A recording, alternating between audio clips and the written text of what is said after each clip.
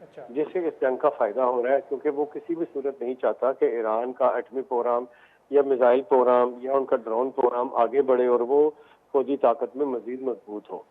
تو لیکن جو پیٹرول کی وجہ سے اور جو معاشی دباؤ ہے وہ اس کے علاوہ پوری دنیا کے اوپر ہے۔ یورپ کی معیشت جو ہے وہ بہت بری طریقے سے متاثر ہوئی ہے اور مزید ہو رہی ہے۔ اسی طرح گلف کے اندر بہت تباہی ہوئی ہے اور ان کی معیشت بڑی ڈیمیج ہوئی ہے۔ یو اے ای خاص طور پہ بہت زیادہ ڈیمیج ہو چکا ہے، ان کی معیشت بہت بری طریقے سے ڈیمیج ہوئی ہے، حتیٰ کہ امریکہ کے اندر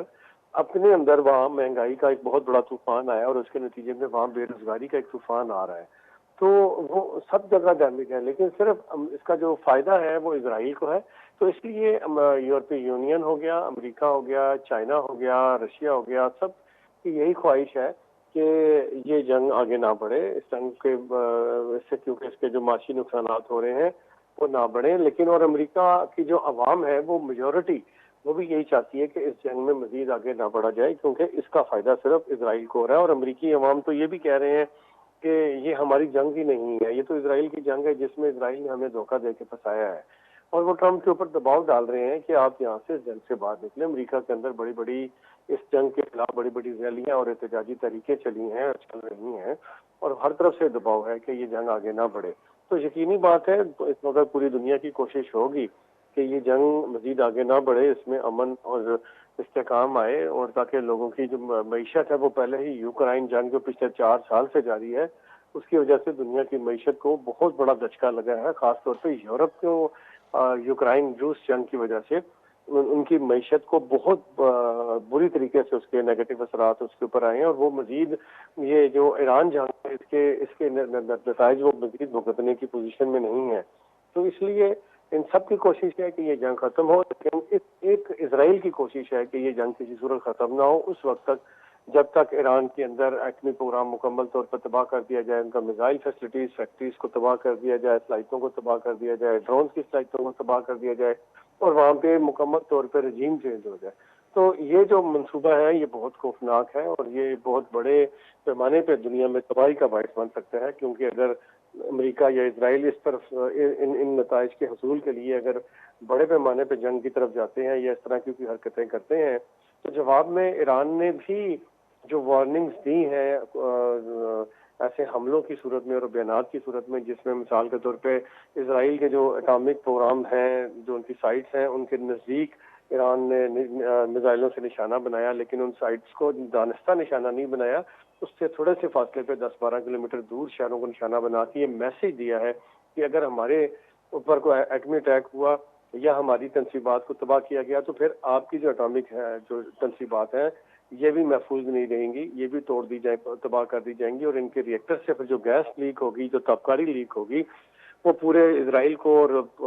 دنیا کے کئی ممالک کو پھر ہمیشہ کی نیند سلا دیں گے۔ اسی طرح ایران کی طرف سے یہ دھمکی بھی ہے کہ گلف کنٹریز کے اندر جتنا بھی آپ کو پتہ ہے پینے کا پانی ہے وہ صرف اور سمندر کے پانی کو میٹھا کر کے اس کو استعمال کیا جاتا ہے، اگر وہ نہ ہو پانی تو عرب ممالک کے جو شہری ہیں خدا نخواستہ پیاس سے مر جائیں گے یا اس علاقے کو چھوڑنے پہ مجبور ہو جائیں گے ہمیشہ کے لیے۔ تو ایسی سچویشن میں انہوں نے یہ بھی دھمکی ایرانیوں نے دی ہے کہ ہم پھر پورے ایران گلف کو پانی کی بوند بوند کے لیے ترسائیں گے، اور ان کے جتنے بھی بجلی پیدا کرنے والے کارخانے ہیں ان کو بھی ہم نشانہ بنائیں گے۔ اور ایران کے اندر یہ کیپیسٹی ہے، یہ جنگ کے اندر ثابت اس نے کر دی ہے کہ جہاں اس نے چاہا اس نے وہاں ٹھیک ٹھیک نشانے لگائے، حتیٰ کہ امریکہ کے پیٹریاٹ میزائل سسٹم ہو جائے یا ان کا جو اسرائیل کا جو آئرن ڈوم ہے یا دوسرے جو ان کے اینٹی میزائل ڈیفنس سسٹم ہے وہ ہو جائیں، یا ان کے بڑے بڑے تھارڈ اور بڑے بڑے جو ریڈارز ہیں یا سسٹم ہیں، ان سب کو ایران نے بڑی کامیابی کے ساتھ نشانہ بنایا۔ تو اس سے ظاہر ہوتا ہے کہ اگر کل کلام کو ایران کسی کی ایٹمی تنصیبات کو اٹیک کرنا چاہے، گھروں کو یا پانی میٹھا کرنے کے کارخانوں پہ، پلانٹس پہ حملہ کرنا چاہے، تو وہ بڑی بآسانی کر سکتا ہے، اور پھر اس کے نتائج اگر یہ ایک دفعہ یہ چیزیں ہو گئیں تو پھر بہت بڑی تباہی ہوگی۔ آلریڈی جو تباہی ہوئی ہے وہ اتنی لمبی ہے کہ آج اگر یہ جنگ رک بھی جائے تو کئی برس لگیں گے معاشی بحالی کے لیے، تو یہ بہت لمبے چوڑے نقصانات ہیں۔ تو لیکن ڈاکٹر صاحب آپ کو کیا لگتا ہے، اب رجیم چینج کا ذکر کیا تو ایران میں جو ہے رجیم چینج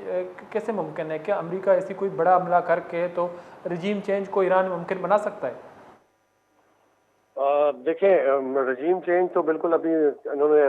امریکہ نے جو بڑا حملے کر کے دیکھ لیے ہیں اس میں تو رجیم چینج نہیں ہوئی، اور نہ ہی اس میں کوئی ایسی سچویشن ہو سکی. الٹا ایران کی جو قوم تھی وہ اکٹھی ہو گئی اور وہ متحد ہو کے انہوں نے اپنی حکومت کا ساتھ دیا، اپنی فوج کا ساتھ دیا، اور وہ مل کے کھڑے ہو گئے. اور امریکہ اسرائیل کا یہ خیال تھا کہ وہاں پہ ہم ان کے سپریم لیڈر کو قتل کریں گے تو اس کے بعد پورا ایران باہر آ جائے گا اور گلی محلہ میں لڑائی ہو جائے گی، کنٹرول ہو جائے گا ان کا اور چینج ہو جائے گا سب کچھ، لیکن وہ نہیں. بہت بہت شکریہ ڈاکٹر صاحب نے ٹائم نکالا ہمارے پروگرام میں شریک رہے. مڑداری چاروں کا ڈار صاحب سینئر بلال ڈار سینئر صحافی تجزیہ کار کپتران کنگائی گوشک ہمیشہ کے رجیم چینج کے ہستے ممکن ہستے بھی اور ممکن نہیں بھی، پرچہ کہ اگر مزنی پیمانہ یا ایران سرا عملہ کنک بھی یا تو ادا تباہی کنک بھی چونکہ ٹرمپا بیارم داتا یا معاہدہ چے پیسرم داتا ہے کرندے پدائی گوشک ہمیشہ کے بجلی گر پولیا یہ دیکھتا مکان تباہ کا چرشی سبا ایرانا رجیم چینج کے ہستے ہیں ممکن جوڑ بھی بلے دو منی مقام گندگاہ کہ اسٹیٹ آف ارمز سرا ایران کے ہستے ہیں وتی تسلطہ برقرار کا جارگ لوٹی ہو امریکہ ہم خواہشیں کہ آئیے اپنا ارمز سرا یہ کنٹرول بھی ٹیکس وصولی حوالہ آئی وتی کردارہ ادا کا بلے یہ آبنا ارمز کے ہستے ہیں موجودہ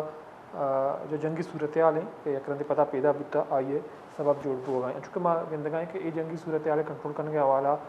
دیکھے خلیجی ممالک یا پاکستان کے ہستے ہیں اکرندِ پتہ کردار ادا کرنے کی کوشش کرنے گئے بلے ٹرمپ کے ہستے ہیں معاہدہ خلاف ورزی و ایران سر ایکشل اورش تو دنیا واسطہ ایک مدنی سبب جوڑ بو چونکہ ڈاکٹر صاحب اسرائیل علاوہ دنیا یہ دیکھے ملک کے ہستے ہیں یہ جنگیں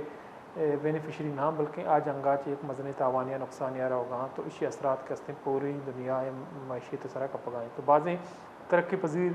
ملک کے ہستا آنی معیشت انچو ڈاؤن بتا کہ آنی معیشت چونہا ایک ازر منفی اثرات کپتا و دومنی مگا ای جنگا کے ہستے آنی ای معاشی صورتحال مزید گنتر کو تکن تو آؤ کے مدہ اگر جنگ کے ہستے طویل بھی یا آبنا اور مزسرا کشیدگی برقرار بھی تو بدھ کا بعض ملک کے ہستا آتی معیشت کے ہستے سارا داد کو نہ بلکہ معیشت کے ہستے آنی ملک کے سرا ایک ملک عوام سر ایک مزنی تباہی آؤت کا وہ میں ناکام مراکش پتہ پالتاس بتوں الطاف بلوچ رضا بھی اللہ باؤ